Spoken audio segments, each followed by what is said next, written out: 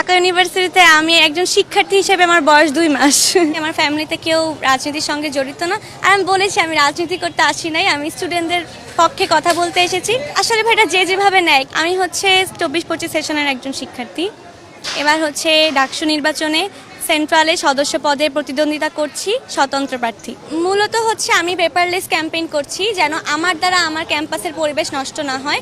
আরেকটা বিষয় হচ্ছে ব্যক্তিগতভাবে আমি আসলে কোনো ইশতেহারে বিশ্বাস করি না। একজন সদস্য প্রার্থী হিসেবে আমার মূল কাজ হচ্ছে শিক্ষার্থীদের কথা শোনা এবং সেগুলো সংসদে পেশ করে সেগুলো সমাধানের লক্ষ্যে কাজ করে যাওয়া। যেহেতু আমি পেপারলেস ক্যাম্পেইন করছি, আমি একজন নবীন হিসাবে মনে করি এই যে স্টেপটা আমি নিলাম, এটাই কিন্তু অনেকে অলরেডি জেনে গিয়েছে যে ওরা কিন্তু আমাকে অনেক অ্যাপ্রিসিয়েট করছে যে না, আমাদের ক্যাম্পাসটা যেন পরিবেশ বান্ধব থাকে।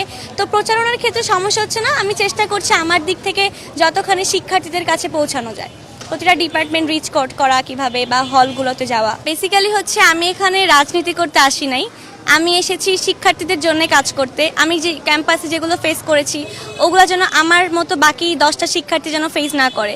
আর যেহেতু একজন নারী আমি, তো আমাকে নারী হিসেবে অনেক অনাকাঙ্ক্ষিত মন্তব্য, এরপরে হচ্ছে বিরূপ দৃষ্টির শিকার হতে হয়েছে। তা আমি মনে করি যে আমি যেহেতু একটা মেয়ে হিসেবে এগুলো শিকার হয়েছি, বাকি 10টা মেয়েও কিন্তু এগুলো শিকার হয়েছে।